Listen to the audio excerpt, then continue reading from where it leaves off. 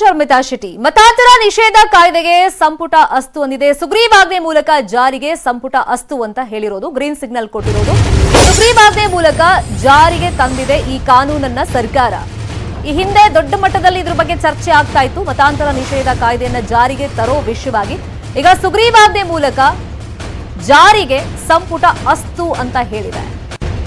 ಇನ್ನು ಈ ಹಿಂದೆ ವಿಧಾನಸಭೆಯಲ್ಲಿ ಅಂಗೀಕಾರ ಆಗಿತ್ತು ಈ ಮಸೂದೆ. 2021 ಡಿಸೆಂಬರ್ 23ನೇ ತಾರೀಕು ವಿಧಾನಸಭೆಯಲ್ಲಿ ಅಂಗೀಕಾರ ಸಿಕ್ಕಿತ್ತು.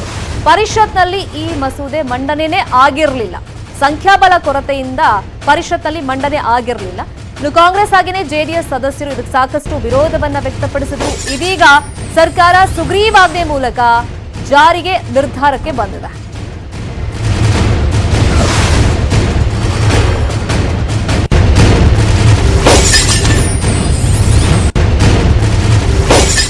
ಈ ಸುಗ್ರೀವಾಜ್ಞೆ ಬಗ್ಗೆ ಹಾಗಾದ್ರೆ ಕಾನೂನು ಸಚಿವ ಮಾಧುಸ್ವಾಮಿ ಏನೆಲ್ಲ ಇನ್ಫಾರ್ಮೇಶನ್ ಕೊಟ್ಟಿದ್ದಾರೆ ನೋಡೋಣ.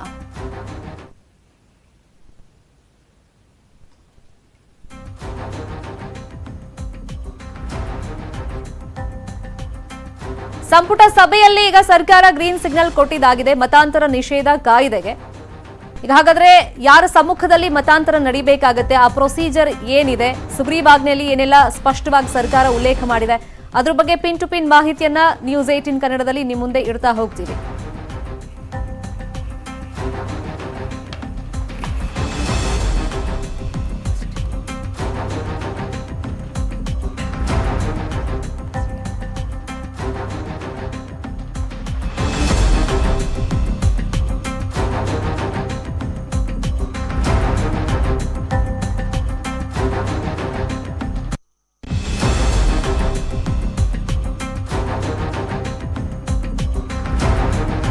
ಸಂಪುಟ ಅಸ್ತು ಅಂತ ಹೇಳಿದೆ. ಸುಗ್ರೀವಾಜ್ಞೆ ಮೂಲಕ ಈ ಕಾನೂನನ್ನ ಜಾರಿಗೆ ತರೋದಕ್ಕೂ ಕೂಡ ಕರ್ನಾಟಕ ರಾಜ್ಯದಲ್ಲಿ ಸರ್ಕಾರ ಹೊರಟಿದೆ. ಇವತ್ತು ಸಂಪುಟ ಸಭೆಯಲ್ಲಿ ಈ ಬಗ್ಗೆ ಗ್ರೀನ್ ಸಿಗ್ನಲ್ ಸಿಕ್ಕಿದೆ.